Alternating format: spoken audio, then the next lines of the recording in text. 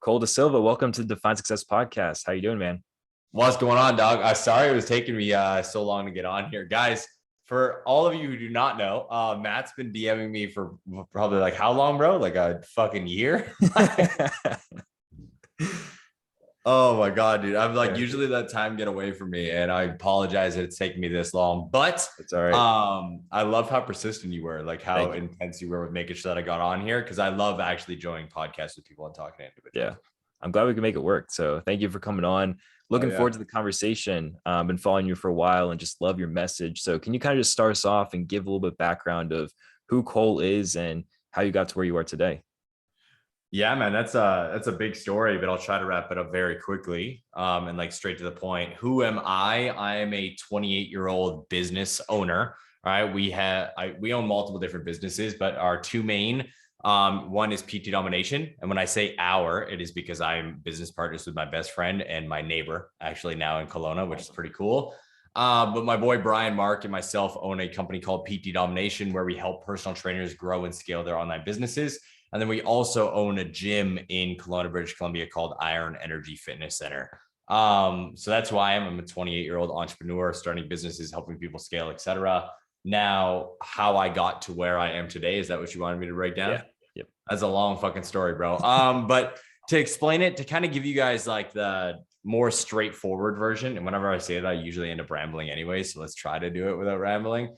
I used to be an iron worker. So growing up, struggling with drinking, drugs, left my house when I was 14 years old.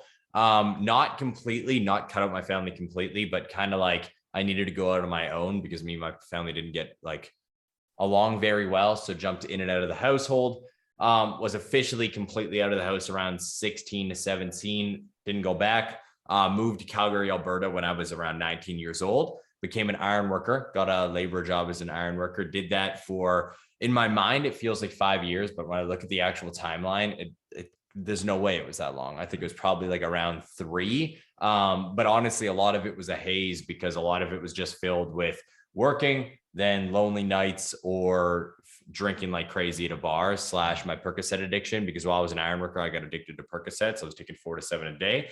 After a long time of dealing with faded days and not living up to my true potential, I wanted to start working on my fitness goals. So I started calling people, joining programs. My first ever fitness program was with Joseph Rakic Fitness. Do you know who that is? I don't. Nah, dude, he's like a OG in the online fitness coaching space. In Europe, I think in Europe or in the UK, wherever it is over there. But hired him, did like a little bullshit program. It was decent, got me on my way. And then I met my business partner, who was actually my fitness coach at the time. So we've been working together for over like 7 years now, I think, maybe a little bit less, like 6.5 years. But met him, and he forced me into a fitness competition, which kind of like kickstarted my fitness journey. And then I just fell in love with it. I did 3 shows back to back, won first in overalls in each show. Became a personal trainer underneath him. We scaled our fitness coaching business to $53,000 a month. And then after doing that consistently, that's when we started PT Domination. And in the last 3 years, we've went from like a handful of students here and there to helping 1,300 online fitness coaches across the world, like scale and build their online businesses. It's been pretty fucking crazy. That's awesome. So fitness changed your life? Yeah, fitness changed my life, bro. There's literally no other way to explain it other than saying it like that. Fitness actually changed my life. If it wasn't for like actually diving into fitness, because I'd always dabbled in it, like played high school football when I was younger, did like the bro split, always benching, like, you know how it is, right? Like fucking let's go bench contest, that bullshit. But until I actually found fitness again and like went all into it, like my life was on a very downward spin, and it like completely shifted the trajectory of my life on a deeper level. Yeah. So dealing with addiction to drugs and alcohol, what was that journey like, trying to get out of that and create the life that you have now? Honestly, dude, so like when it comes down to alcohol, it's kind of like a funny story, because when I talk about struggling with alcohol, everybody like assumes that now I'm sober, which, and again, this is going to be a little confusing, so everybody listen to this, bear with me. I am sober right now. I'm actually around 175 days sober right now, if not mistaken, but that's just based off choice. I actually don't have a problem with alcohol anymore. When I was younger, it was like, it was very hard for me to not have a drink in my hand, to not have a bottle with me, to not have something on me. So trying to cut that out and go into like competing in fitness was a little bit of like a weirder feeling. But I never really struggled with it. It was more of like the drugs, the Percocets, like that's the thing that like really hit me. But dude, like cutting it out was very easy. Like I don't have like a story like a lot of other individuals. Like I was drinking every night. I was eating around 4 to 7 Percocets a day. And a lot of people hear that and they're like, Jesus Christ. And then when they ask me like what happened, they're like, how did you quit? I literally just quit cold turkey. I just didn't want to fucking do it anymore. Yeah. I made the conscious decision that I was like, I wanted to change. And it was actually, it was a little bit of an embarrassing story. We did like a New Year's party. And whenever I tell this, I like always message my homie afterwards because my homie took a video of me while I was all fucked up on Percocets and drinking. And when he took the video of me in the morning, he showed me the video and I didn't see myself because I refused to look at it, but I heard myself. And when I heard that, it stuck with me like really, really deeply. And it wasn't like I changed instantly. This was still like a year in the making until I decided to go in on my fitness goals and do shit. But when I heard that video, like it really fucked something up in my head. I'm like, I'm never going to be caught like that ever again. So honestly, again, it was very easy. I tend to ramble a lot, so bear with me, guys. But it was easy to cut it out. Like I knew I wanted to change my life. I didn't want to be addicted to perks anymore. I didn't want to be that fucking loser. So I literally went cold turkey and just went through the pill sickness and fucking pain. That's crazy. I think a lot of people can relate to this in different ways because a lot of people are addicted to bad habits. It doesn't have to be drugs or alcohol, but there's something that's weighing them down. What encouragement do you have for someone that's trying to break that cycle that they have in their life, but they can't get out? They're stuck. The best advice I could give anybody right now that is currently struggling with a bad habit or an addiction that they would like to break is to change your fucking surroundings. That is literally it's the thing that changed my entire life. Like obviously I was starting my fitness goals. So when I was an iron worker, that's when I got addicted to perks. And don't get me wrong, like it's not like I cut out everything instantly. It's not like I just became a fitness coach instantly. It was a long process while I was ironworking. But I started to spend less time with the individuals that I was spending most of my time with when I was addicted to perks. Yeah. And it was the same thing when I wanted to like start getting away from the party life. Like my party life was in Thunder Bay, Ontario, where I grew up.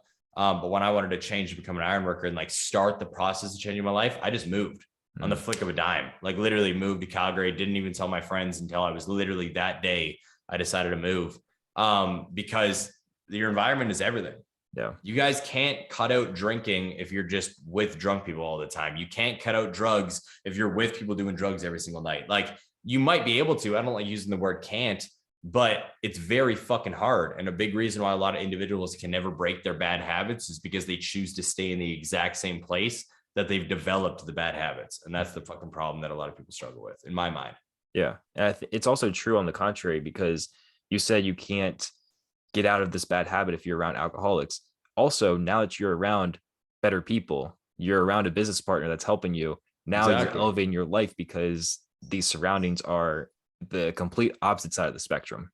Well, exactly. And I want to touch on something as well when we're talking about this subject, because I feel like a lot of people hear that. And I've heard, like, I get a lot of comments and stuff when I talk about this on my social media, but a lot of people will be like, okay, well, how do I find those better surroundings? Like, how do I find the better people, the people that are going to up level me, the people that are going to level me up on a deeper level? You need to figure out who you are first. Like, that's the big thing. When I stopped stopped surrounding myself with people who were alcoholics, who were doing drugs every single night, who were doing those things, I spent months being lonely as shit. Months. All right. Sitting in my house by myself, waking up, going to work, going to the gym, going home. Nobody around me, literally no one. Yeah. Until I met my wife. And then she was like my first actual friend. Like, she was the one that was always there. She was the one that helped me on a deeper level. And I want to bring that up because I feel like a lot of people want to separate themselves from like those negative impacts, but then they're like, but then I feel lonely and I go back. You got to go through that pain. Like, be lonely, allow yourself to be fucking lonely. Because if you're always surrounding yourself with people who are going to influence you on a deeper level, you're never going to figure out who you are. Yeah, that's a great point. When you think about the word success, where you are right now, the goals that you have in the future, can you kind of give us your definition of what success means to you?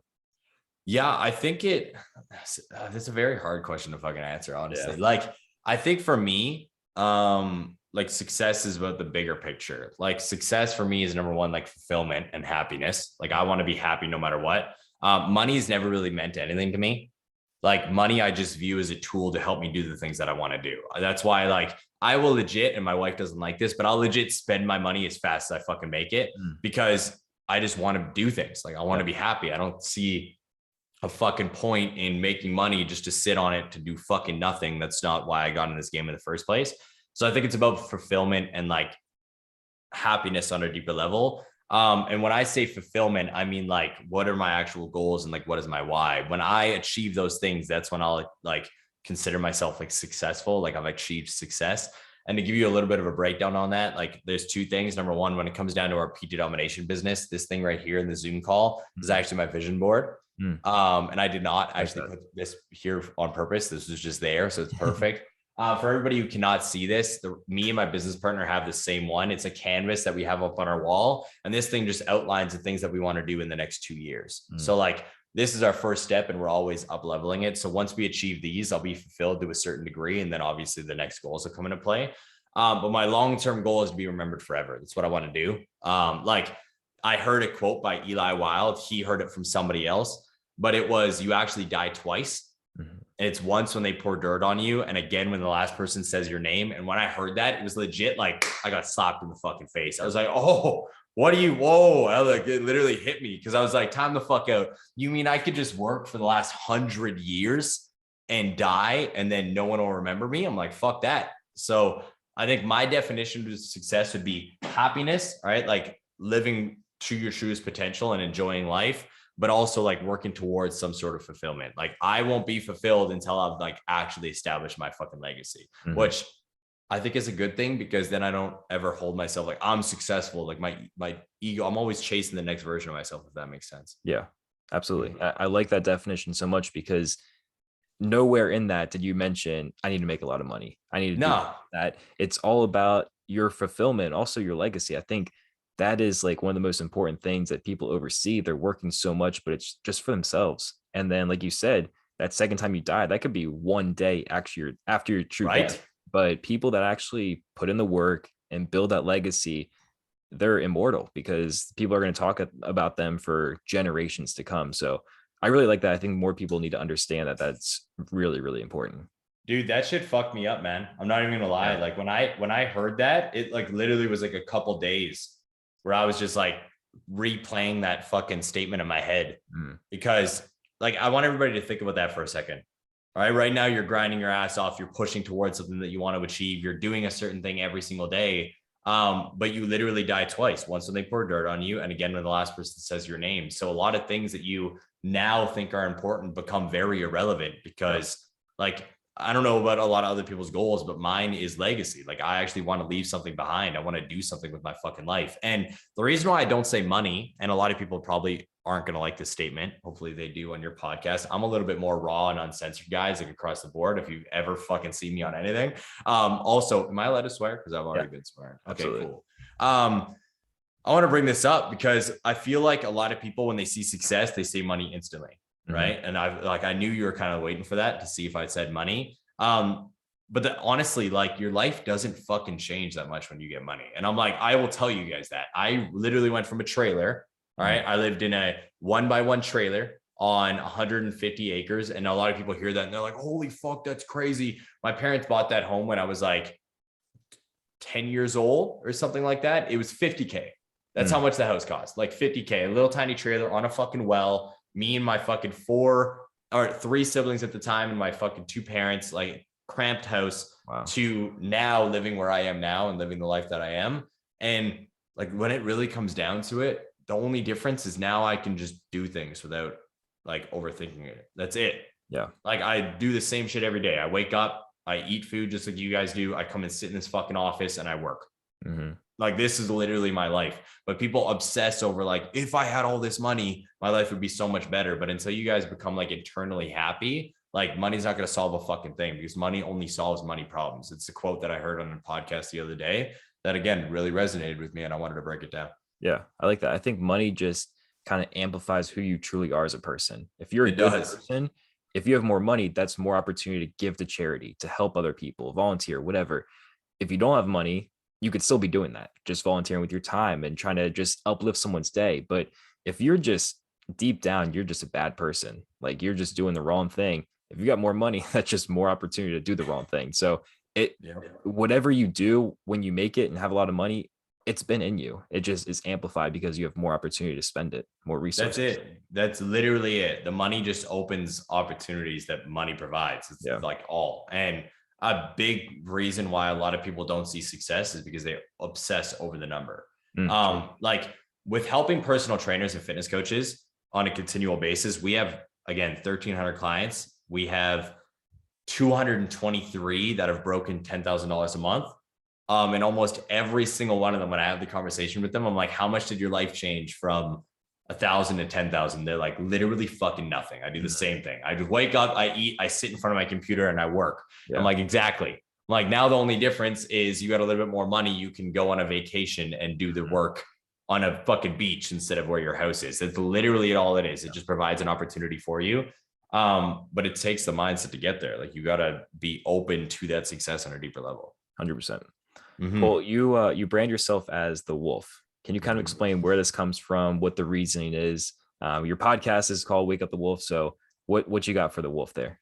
Honestly, man, it kind of just came out of nowhere. Yeah. So like growing up, always loved wolves. I used to like hunt with my friends as well. Like we used to hunt in the country back in Ontario.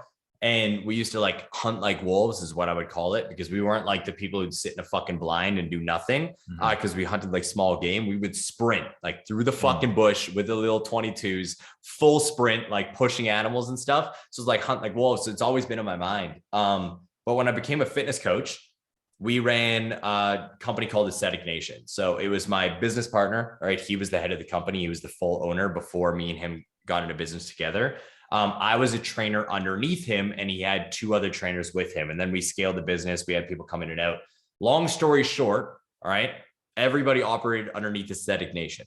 All right, that was the pill of it. And then each trainer had their own batch of clients. Well, I wanted my clients to feel special. I wanted my clients to feel like they were a part of me on a deeper level. So I started calling my fitness clients Cole's Wolves. And to this day, unless somebody's jacked the hashtag on Instagram and did a bunch of shit, but to this day, if you go on Instagram and look up hashtag Cole's Wolves, you'll see a bunch of them. All right. You'll see a bunch of the little breakdowns and the clients and photos and everything in there, because I would brand them all as Cole's Wolves. So like when I start live streams in my community, I'd howl, I'd fuck around with them. We'd have a good time. And then it just kind of like trickled into the rest of my businesses and like how I was doing everything. I started a clothing line, which I'm going to be launching soon, called Amarok Aesthetics. And to kind of extend that and break down why the Amarok thing came in and the wolf thing, when we decided to dissolve Aesthetic Nation, and start building PT Domination, which we're building now, the vision for this company that's right behind me, I continued to fitness coach for a little bit. All right, where Brian headed the marketing and growth of this business, and I was in the back end as a coach / running my fitness business. But I didn't want to call it Aesthetic Nation. Obviously, we dissolved it. I'm like, Aesthetic Nation is done. That's it. So I got to figure out another name. So then I'm like wolves. I'm like trying to think about it. I'm like the wolf pack. I'm like going through all these different things. One of my best friends and homies from back in the day, Dexter Hoop, if he listens to this, I fucking love you. He texted me and he's like, why don't you call it Amarok something? I was like, what do you mean? And I don't know if you know what an Amarok is. Do you, Matt? No, I don't. So an Amarok, Amarok, or Amarok, if I'm not mistaken, is a wolf in Inuit mythology. And it's known to be like one of the most ferocious and like dangerous animals on the fucking planet. So like fishermen and different people would be scared to go walk out at night, because where wolves walk in packs, Amaroks walk alone. And I resonated so much with that power and that thing. So I called everything that. So Amarok Aesthetics is my clothing line that I'm going to be getting off the ground soon. My fitness coaching business in the past was Amarok Coaching. So like Amarok everything is what I named it as. And then me, myself, is just the wolf is what I started to put on everything across the board, just with that wolf mindset, like just not taking any shit, fucking standing your ground, embracing that mentality, pushing through no matter what, that ferociousness, that relentlessness, etc. That's awesome. I love that. And I think like to be a wolf, it means to stand out. It's someone that is going against what society tells you to do. You're not being a sheep and just following. You're leading the the pack. So what do you do that separates yourself? Because when you look at your Instagram, you're always putting out this positive message, but it's not what other people are always saying. You're kind of being unique in that way and showing people what they need to hear, what they need to see. So what kind of motivated you to get to that point in your life? Honestly, I just reached a point where I was sick of being censored. Mm. Like one of my key things that I will always say, and obviously this isn't my fucking quote, but you'll hear me say it all the time, is be 100% unapologetically yourself. Yeah. And I just say it across the board because when we were first growing Aesthetic Nation at the very beginning, I don't want to say I wasn't allowed to be myself, but we had a conversation about like, okay, let's tone down who you are a little bit between me and my crew. And it was because we caught a lot of hate in Calgary, Alberta. There was a lot of individuals that did not like us for whatever reason. Like we could speculate all the fuck we want. At the end of the day, they didn't like us. They're still in the same place they are now, and we've blown up. I'm just going to throw that out there, a little shot. But they didn't fucking like us regardless. And I didn't step into my power a lot because of the fact that we didn't want the flack. We didn't want like negative light, etc.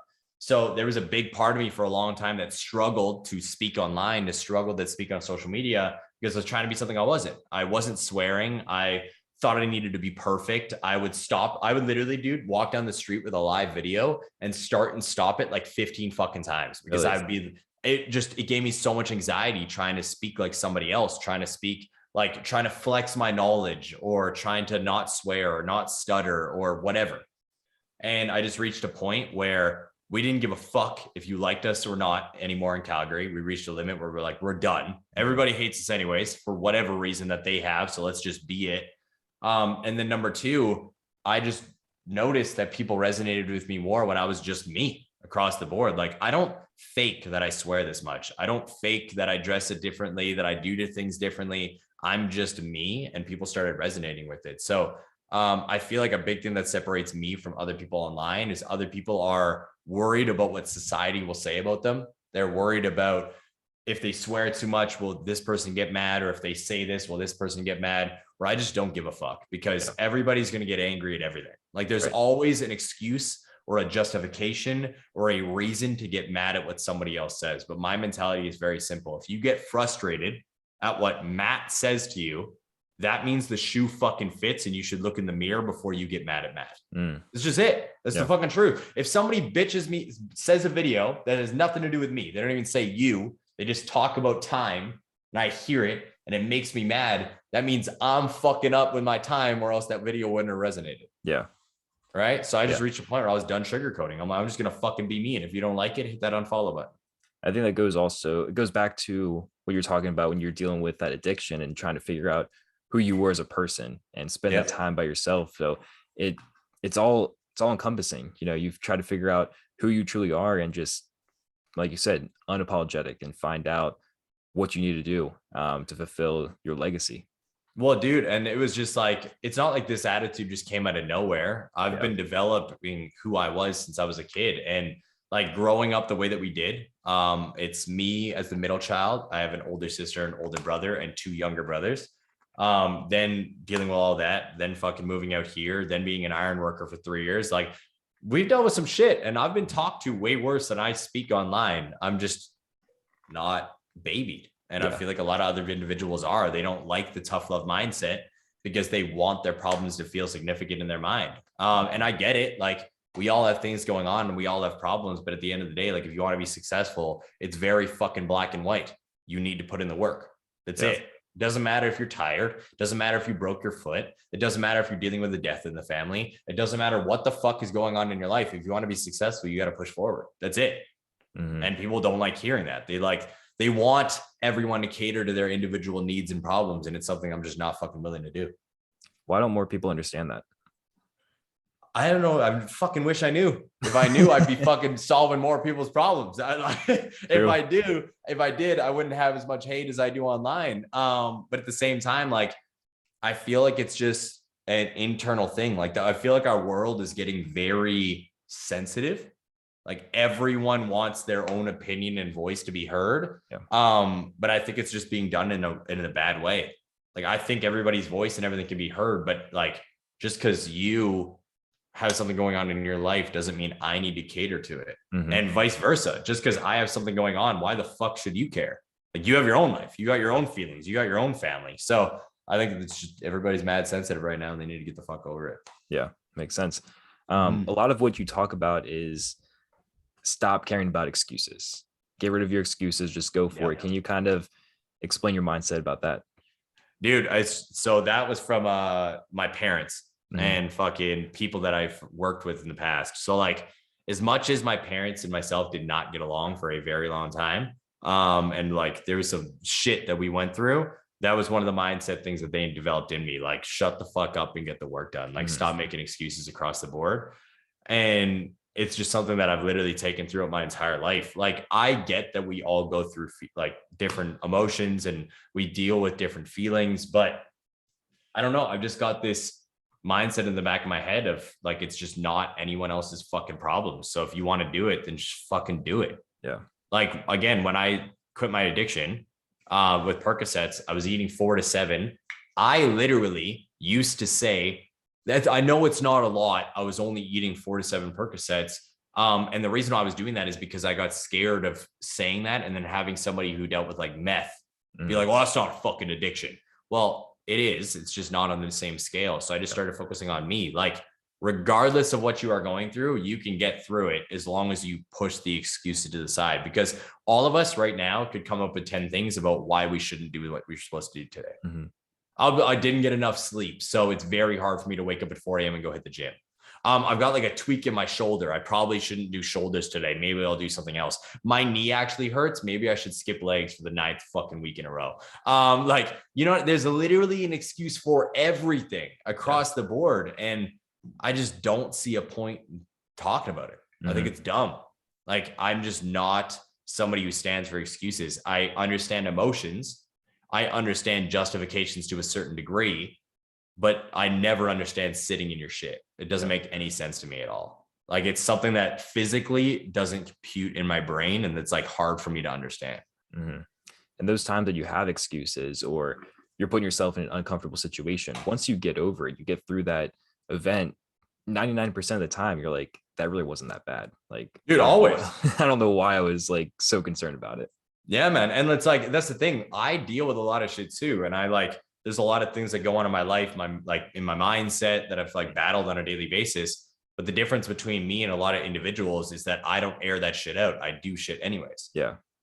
Like, people will see me at the end of the day in person and they'll be like, Cole, you look exhausted, man. Like, are you okay? And I'll be like a day where I'm like struggling, like something's bad in my mindset. And the dude, first response, no matter what, how's your day? Best day of my life. It's just, I don't care. And people will be like, oh, that's toxic positivity or that's blah, blah, blah. Shut the fuck up, man. Like, it's me choosing the state of mind that I want to fucking be in. And that is why I've seen my success, because regardless of how I feel, I show the fuck up. Yeah. I show up for my clients. I show up for the members of my gym. I show up for my wife. I show up for my friends. I show up for the content that I put in on a daily basis that would make people's fucking head spin from how much I actually post. It's because I just chose to. I feel like if you make a choice, if you make a commitment, you should do it. Or what the fuck is the point of speaking up in the first place? Right. Right. That self-talk of you saying best day of your life, how does that impact your productivity, your output in a day-to-day? Like, does that help you achieve more by just pushing yourself through it? I think so, because like, don't get me wrong, I still take days off. Like, there'll still be times, like, I think it was, I actually want to look at the date for a second because I want to see. I think the 10th of April, I was in a dark fucking place. So for anybody who does not know, I'm currently doing a fitness competition. It's my 4th one. My body is not in a good place. I destroy my metabolism. So my body right now is on 1,300 calories. And I'm like grinding, bro, like fucking an hour of cardio a day, 20,000 steps a day, on top of 6 workouts a week on all my regular work. So on the 10th, I was in a dark fucking place. So I literally just showed myself compassion there. I was like, I know that I shouldn't be around other people right now because I'm very negative. I can't get my mind out of this. I'm fucking starving. So I made a conscious decision to allow myself that Sunday to fully revamp. All right. I did a full self-care day. I took a step back. I recognized my feelings and I adjusted. But the reason why I do the best day of my life thing 90% of the time is because then even if I'm having a bad day, like I recognize that I only have today. That's it. That's literally it. Like I only have today. I'm not thinking about tomorrow. I'm not thinking about yesterday. I'm not thinking about next week because I only have today. So yeah, you might be going through something negative, something bad might be happening. But what happens if you slack off today and today was the day that you were going to get the best opportunity of your life moving forward? That's true. Right? Yeah. That's the thing. Like a lot of people operate like, well, I'll do it tomorrow. I'll do it tomorrow. I'll do it tomorrow. And the next thing you know, it's been 9 fucking years since you've done anything for yourself. And this is like a real conversation I've had with a lot of people, especially people with kids. They'll be like, I want to do this. I want to do this. I want to do this. And their kid obviously comes first for them. And then next thing you know, like fucking 3 years down the road, they still haven't done anything that they've wanted because guys, time fucking flies. Like it actually does. I used to think that was such a corny ass saying until like I got one of those big wall calendars. You know what I'm talking about? Yeah. We like write everything down on there. And then next thing you know, I'll be like, what the fuck? Like it's literally already like 4 or 5 months into the year. Like what is, I mean, we've done so much. It's mental. Yeah. Like it literally just ding, ding, ding. So I just choose best day of my life. So I say every single day after my affirmations and everything else, regardless, because even if I'm in a bad mood and you ask me, Cole, how's your day? I'm not going to bombard you with my negative feelings because you have your own shit that you got to fucking deal with. That's just that's how my mindset is. Yeah. I see that a lot with people just putting stuff off and just saying, I'll do it tomorrow. And it just, like you said, it stacks up. Like you just never do it.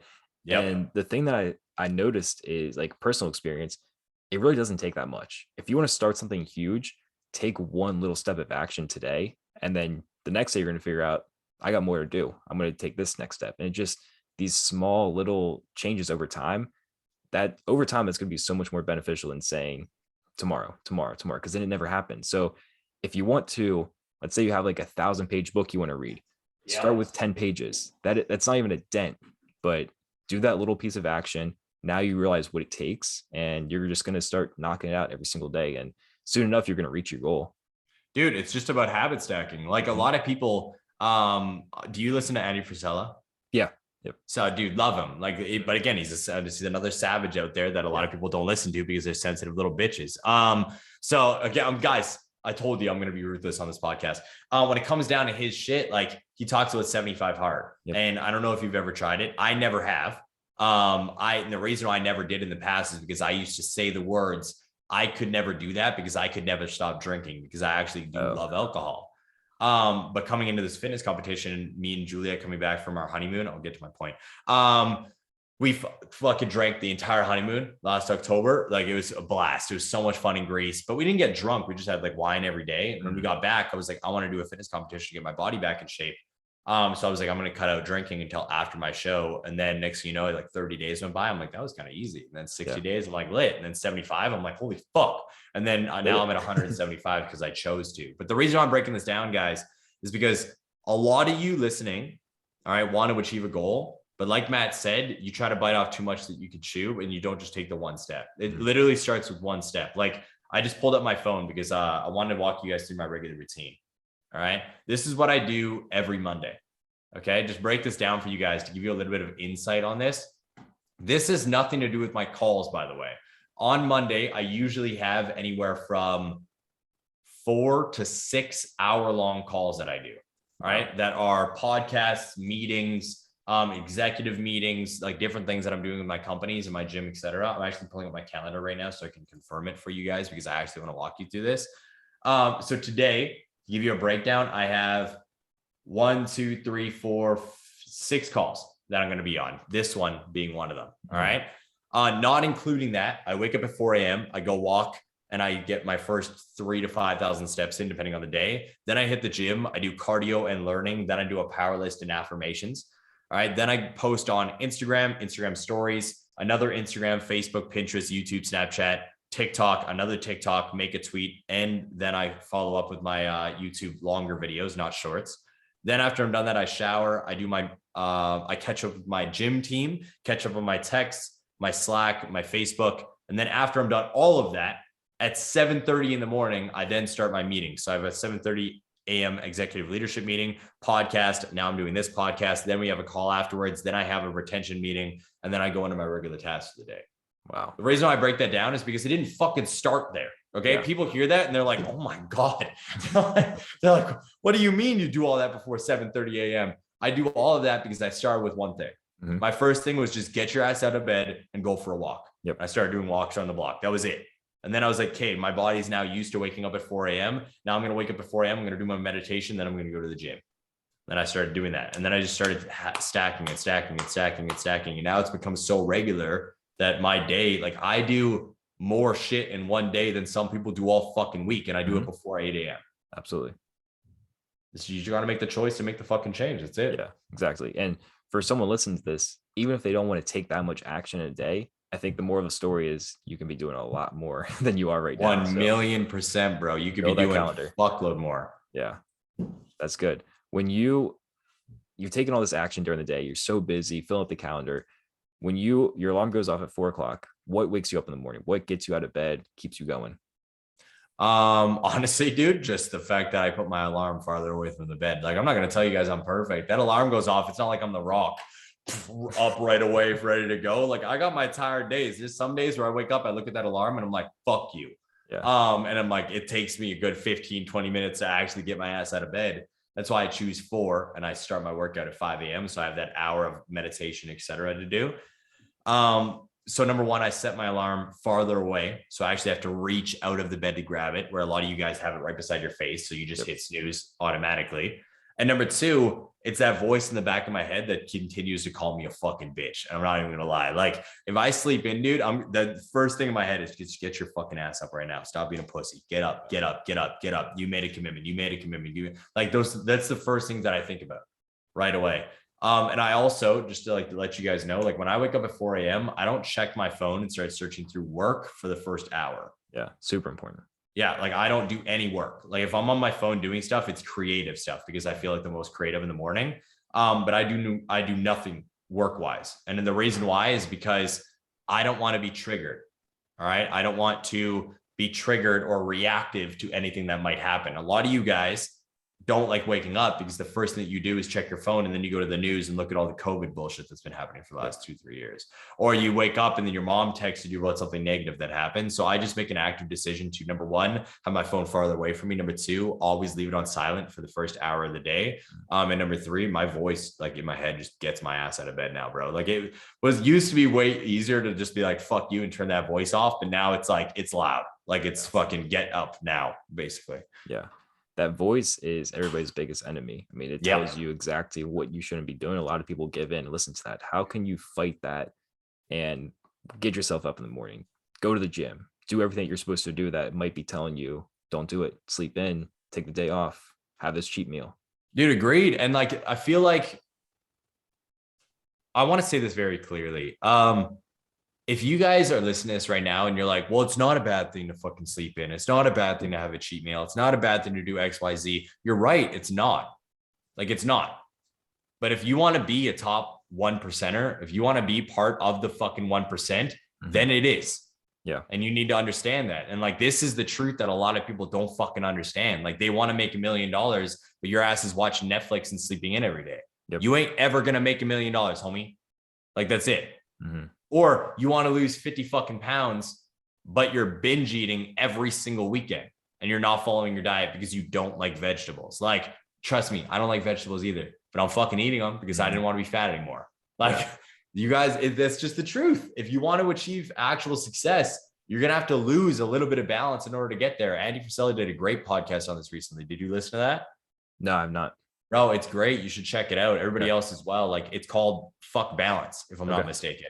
And he just goes in on it and he breaks it down. And it's so true. Like the word balance is way too overused now. Nowadays. People use balance as a reason to make an excuse of why the fuck they're binge eating bad food, even though they're on a diet. That's not balance. That's you fucking up. Yeah. That's like literally it. If you want to be a part of the 1%, you got to put the fucking work in that nobody else will do. So literally all it is. Absolutely. Some of the best advice I've heard is when you're trying to create better habits, it's okay to take one day off, but never let it be 2 days in a row. That's when you start 100%. Start to feel, hey, this felt good to sleep in. I'm going to start doing it more often, because now you let that inner voice win, and you let it win for another day. All of a sudden that habit's gone, and you have the bad habits come creeping in, and that's going to be reality. Dude, we say this a lot in our business, and it is how you do one thing is how you do everything. All Absolutely. right. I know you've heard that before, but it's very fucking true, because a lot of you guys might have heard Matt's statement and you're like, well, what do you mean? Like, if you sleep in once, like, I'm not going to sleep in more than once. It's just one weekend. It's just one day. But you guys need to understand that that's going to start trickling in other shit, because let's say it starts with the sleep in. All right. You only do it once a week, but it feels so good that then you stayed up a little bit too late one night and you chose like, well, I stayed up too late. Like, I'm going to sleep in a little bit to make up for that. Yeah. So now you've allowed yourself to slip twice, and then it's going to start trickling a little bit more. So now your sleep schedule is off. Mm-hmm. And because your sleep schedule is off, you don't get your meditation in at the right time. All right. And you're like, well, it's only 10 minutes later. And then that starts slipping, because how you do one thing is how you do everything. This is a fucking trickle effect. And a lot of people who don't understand it have failed in their journey to success. And I see it every single fucking day, because they allow themselves to slip too much. Mm-hmm. It changes everything. I mean, yeah, when I'm not perfect, I don't hit my morning routine every single day. I try to as much as possible, but the days that I don't, the entire day is different. Now I'm spending too much time on my phone. I might be skipping the meditation, skipping reading for the day. And all of a sudden that one decision to turn off the alarm, it changes everything. Dude, and that's it. Like, I feel like it comes down to a standard that you're going to set for yourself, because like when it comes down to my morning routine, bro, I don't miss ever. Yeah. Good. Ever. Like, I'm 100%, and that's on vacation as well. I do my shit no matter what. Now, my wake up time might be different. Right. I might choose to wake up at a different time if I'm on vacation versus if I'm fucking here. Yeah. Like, we just went to the Dominican Republic. You better bet your ass I didn't wake up at 4 a.m. every day. And that's because nobody was awake. The whole DR was fucking closed. I would have just been sitting in the house doing nothing. And the internet was garbage. So it was even worse. So I woke up at 6 a.m. So then it was a little bit more tailored to where I was. And then I did my routine.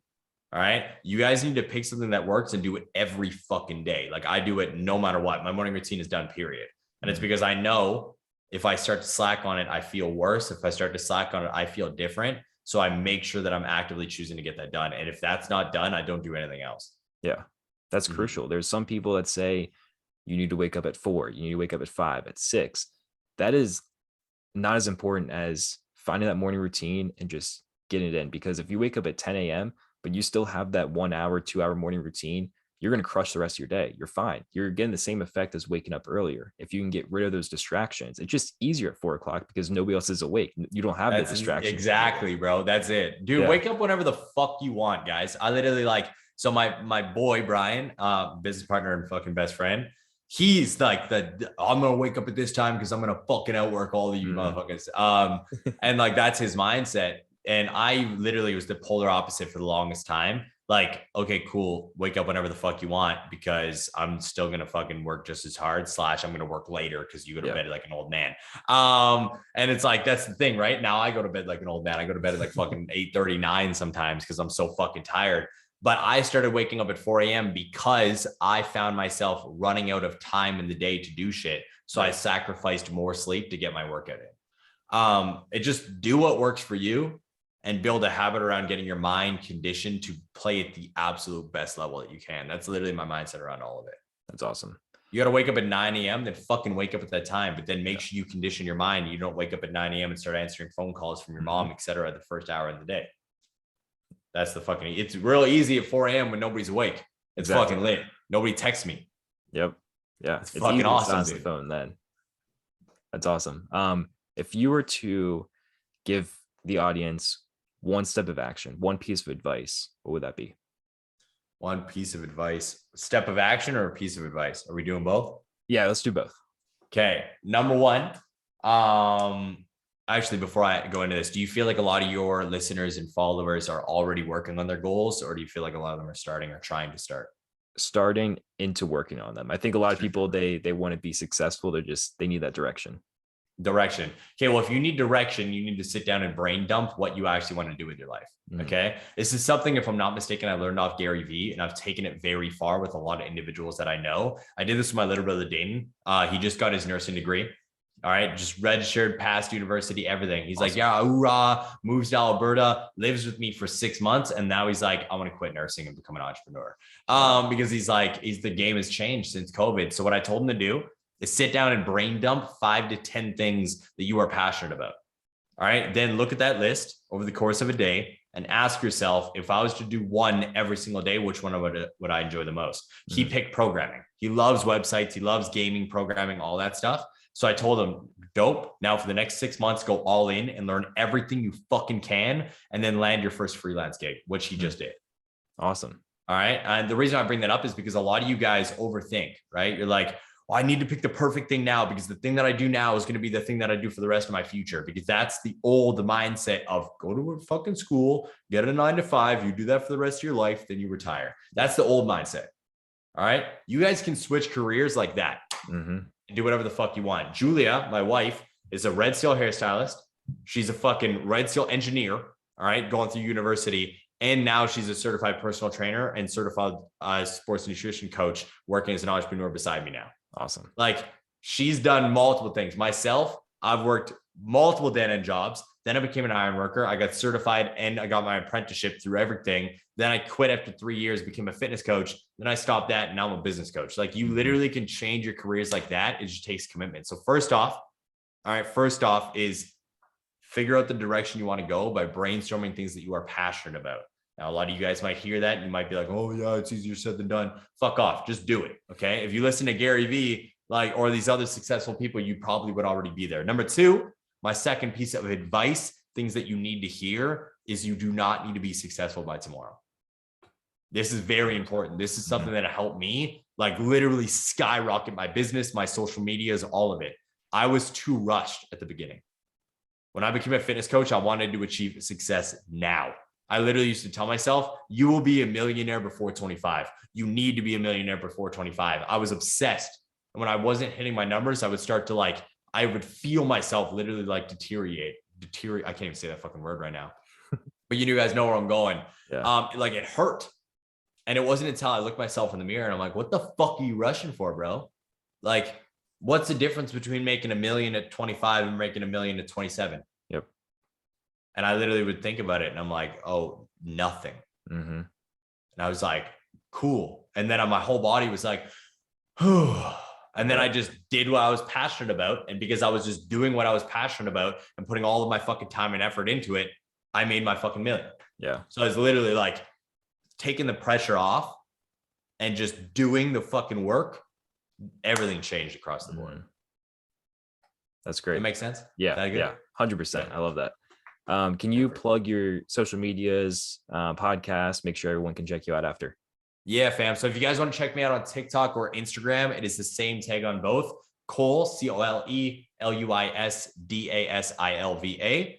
Or if you guys want to check out my podcast, it is the Wake Up with the Wolf podcast on Spotify or Apple Podcasts. Awesome. Cole, it's been a pleasure. Thank you so much for joining us, dropping all this value and just giving people the message they need to hear. So thank you.